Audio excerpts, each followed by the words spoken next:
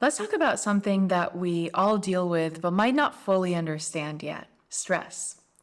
Now, when I say that word stress, that might bring up many different perceptions or feelings that are associated with it. But I really think that Canadian researcher Hans Selye said it best when he said that stress is not this external factor. Instead, it's our perception and emotional reaction to it. Now, let's take this a step further.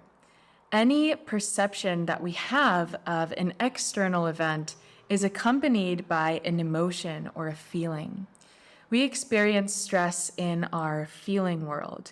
This is the place within where we are conscious of our emotions and our feelings and our moods. Now, many of us see these external events and people and situations in our lives as the source of our stress.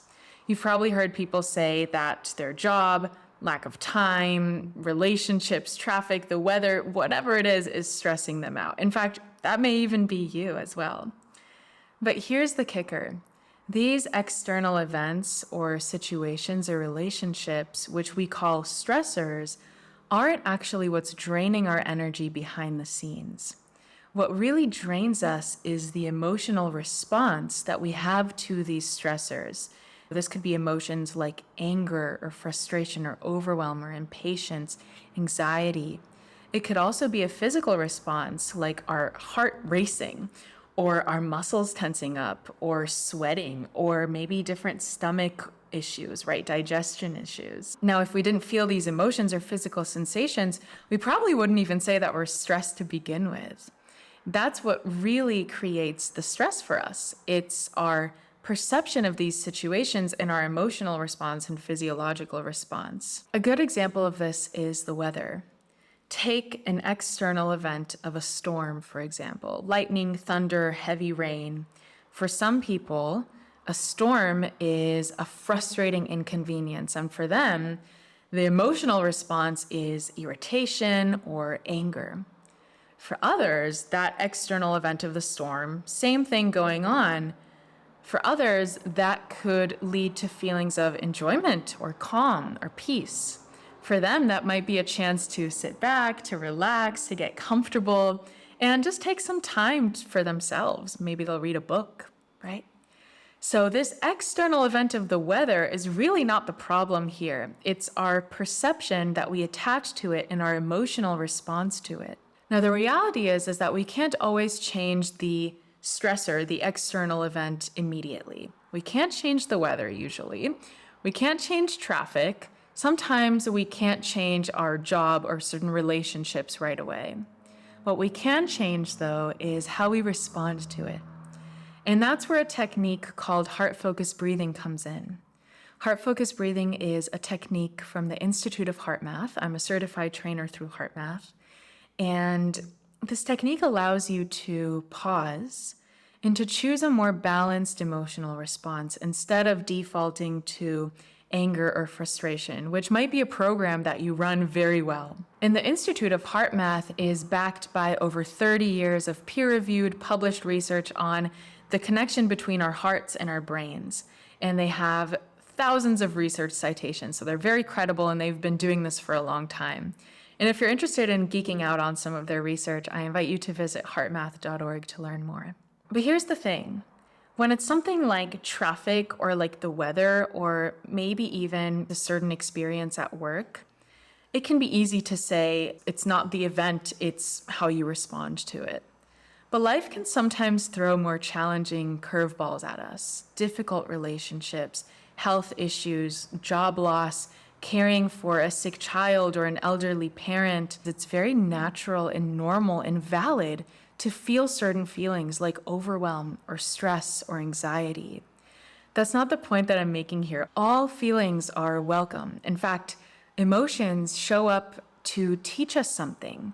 There's a lesson that we can get from certain emotions once we've shifted them. So we welcome all emotions to the table. And the point is, the key is to transform that emotion. We don't have to stay in that place. We don't have to stay in this depleting, draining emotional place.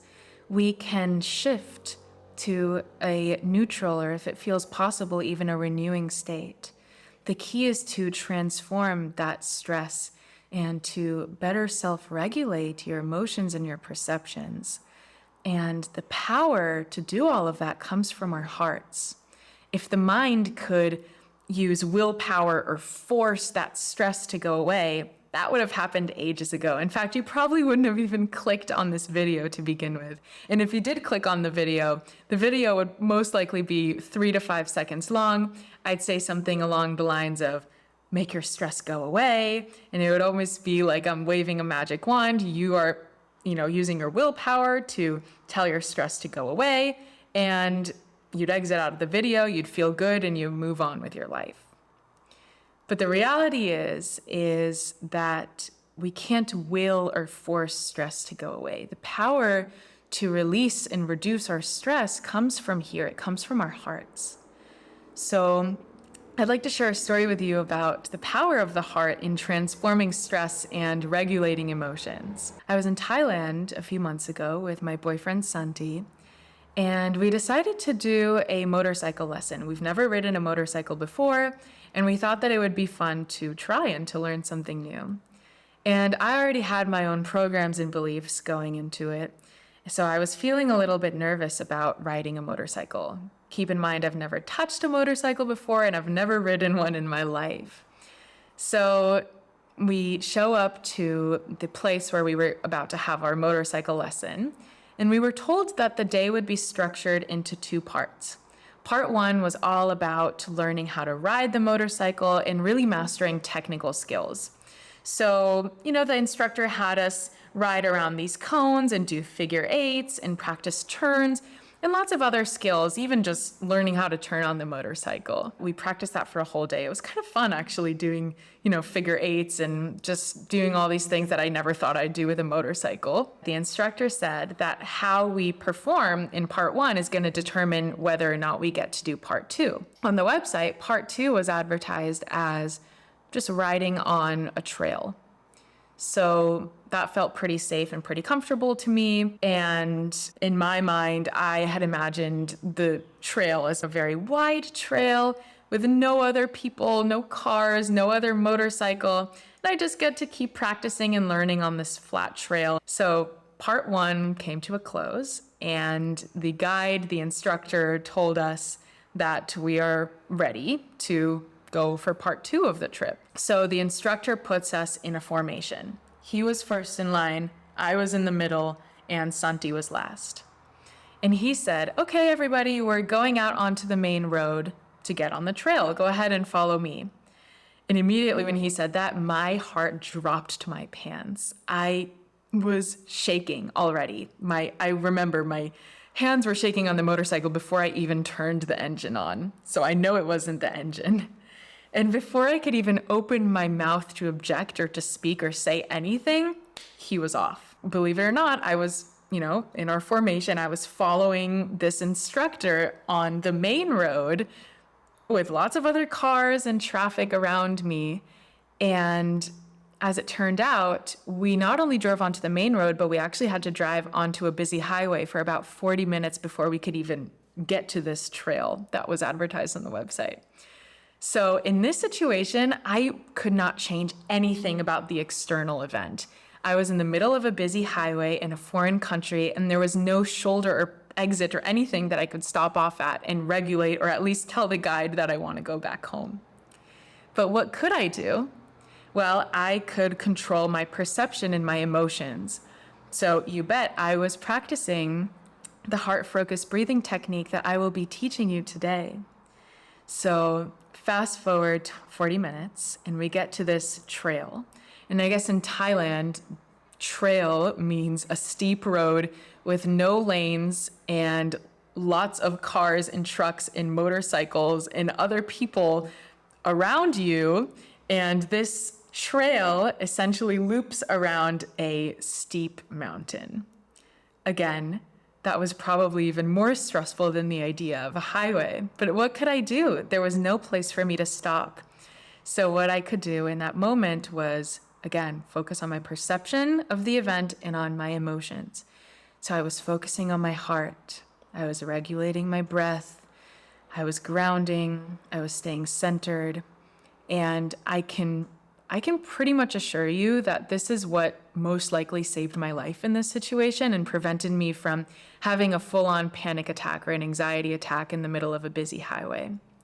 So this tool that you're about to learn, this heart-focused breathing, may seem very simple, and it is. This is a technique that you can do with your eyes open or closed. You can do it in traffic. You can do it in meetings or at dinners. I mean, it was so simple that I could do it with my eyes open in a busy highway in a foreign country while riding a motorcycle for the first time.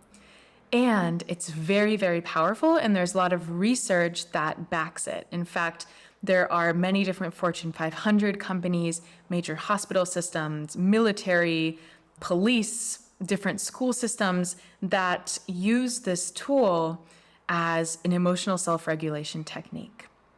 So what we'll do is I'll go ahead and just guide you through it, and however you experience this is perfect.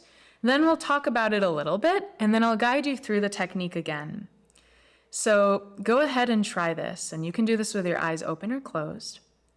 Go ahead and focus your attention in the area of your heart. If you'd like, you can place your physical hand over your heart just to connect even more deeply.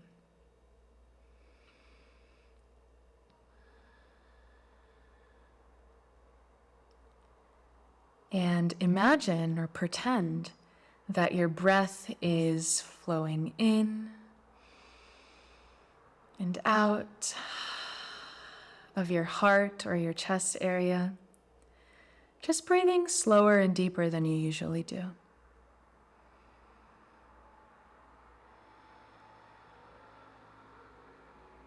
Okay, that's it.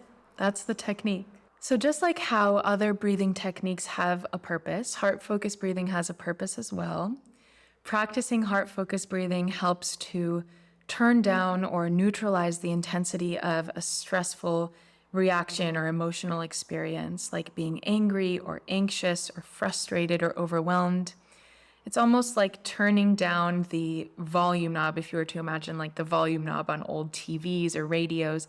It's like turning down the volume knob, the emotional intensity. And that's really what helps you to save your energy and reduce any potential drains of your inner battery. Now, why do we focus on our heart area? Well, refocusing attention to the heart can help you drop down from your mind, from up here down to here. And it can help to break the cycle of looping thoughts and mind chatter and spiraling, which can only perpetuate stressful feelings. So kind of dropping down from the chatter down to your heart. Another reason why we focus on our heart is that scientists know that whenever we focus intentionally on a certain area of our body, with practice, we can facilitate a measurable physiological change to occur. So by focusing all of your attention onto your heart or your chest area, you're drawing more energy to your heart area, which can help to facilitate a more coherent state, a more centered state, a more aligned, grounded, present state. So let's practice this technique again. And this time, just go ahead and make an intention to connect with your heart. Any way you do this is perfect. And if it's safe and appropriate for you, if you're not driving or not outdoors and you're able to just sit down and maybe even close your eyes, if that feels safe and comfortable, you can go ahead and do that. So go ahead and focus your attention in the area of your heart.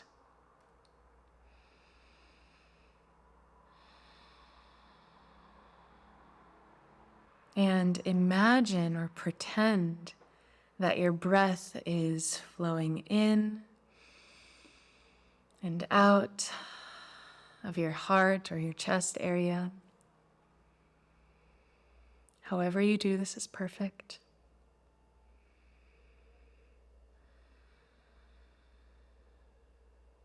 And just find a easy rhythm of breath that's comfortable for you.